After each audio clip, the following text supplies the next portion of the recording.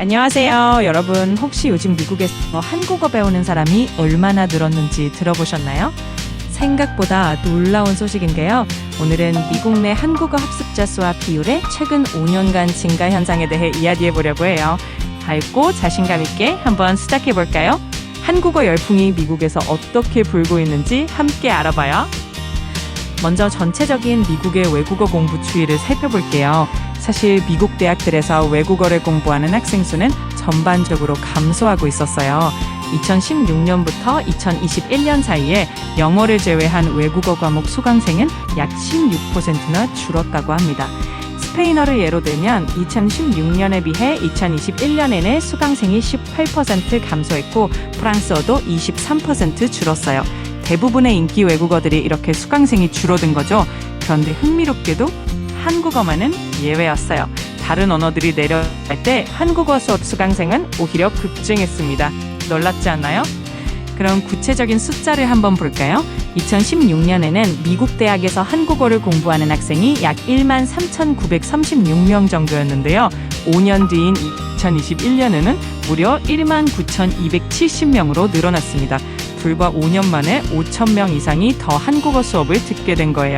증가율로 보면 38.3% 증가, 조사된 모든 언어 중 가장 높은 증가율을 보였다고 합니다. 정말 대단하죠? 이 덕분에 한국어는 2021년 기준으로 미국 대학에서 수강생 수 10위 안에 드는 주요 외국어가 되었어요. 불과 몇 년 전만 해도 상상하기 힘든 일이었는데 말이에요. 한국어의 위상이 얼마나 높아졌는지 실감되지 않나요? 그렇다면 왜 미국에서 이렇게 한국어를 배우려는 사람이 늘었을까요? 여러 가지 이유가 있겠지만 전문가들은 한류 열풍, 특히 K-팝과 한국 드라마 같은 한국 대중문화의 인기를 가장 큰 원동력으로 꼽습니다. 생각해보면 지난 10여 년간 한국 문화가 세계적으로 눈부신 활약을 했죠.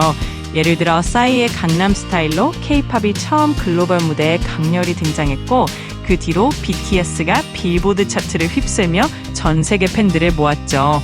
블랙핑크는 미국의 코첼라 무대까지 진출해 큰 화제를 모았고요. 영화 기생충은 아카데미 작품상을 받으면서 한국 영화의 위상을 드높였고 드라마 오징어 게임은 넷플릭스 역사상 가장 많이 시청된 시리즈로 기록되었어요. 이렇게 K-팝 음악부터 한국 영화와 드라마까지 연이은 성공을 거두면서 많은 미국인이 한국어를 한번 배워볼까 하는 생각을 가지게 된 거예요. 실제 조사에서도 한국어 수강생 증가의 동력은 한국계 학생이 늘어서가 아니라 한국 문화에 대한 관심이라는 분석이 나왔습니다. 다시 말해 K-팝을 듣고 한국 드라마를 보다가 자연스럽게 한국어까지 배우고 싶어지는 분들이 많아진 거죠. 한류의 영향력 놀랍지 않나요? 이렇게 학생들의 관심이 높아지다 보니 미국 대학들의 한국어 수업 풍경도 많이 달라졌습니다. 동아시아 학과에서 한국어는 예전엔 비교적 소수만 듣는 과목이었는데요.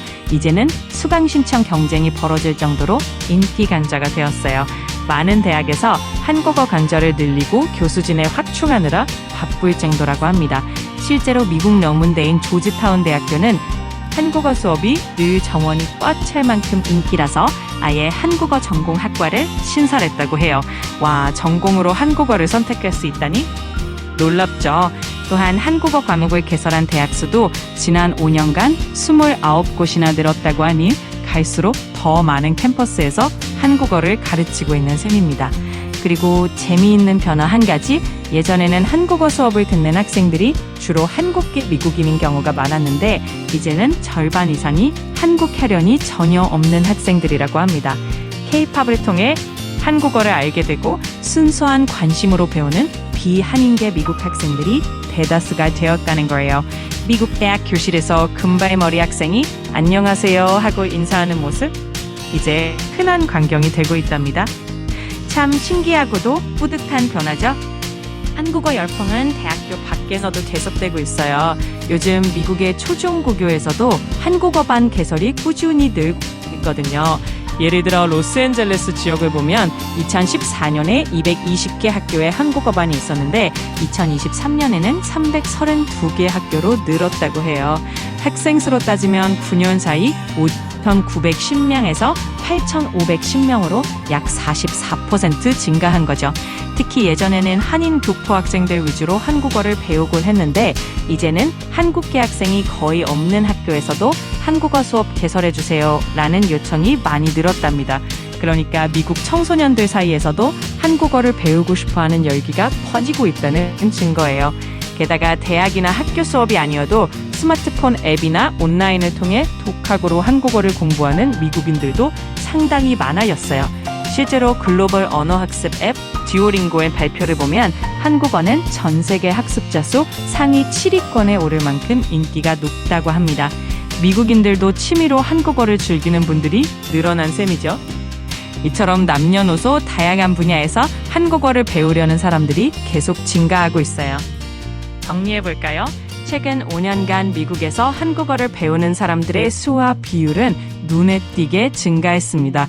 전체 외국어 열풍은 식어가고 있지만 한국어만큼은 역주행이라 부를 만큼 인기가 치솟고 있는 모습이에요.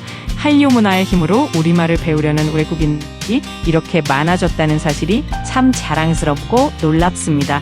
물론 절대적인 숫자로 보면 아직 스페인어나 프랑스어처럼 엄청나게 많지는 않지만 성장 속도만큼은 반연 1등이니까요. 앞으로도 이런 추세가 계속되어서 언젠가는 미국 어디에서나 한국어로 인사하는 모습을 볼 수도 있지 않을까요? 하이 대신 안녕하세요로 인사하는 미국인들 상상만 해도 재미있죠?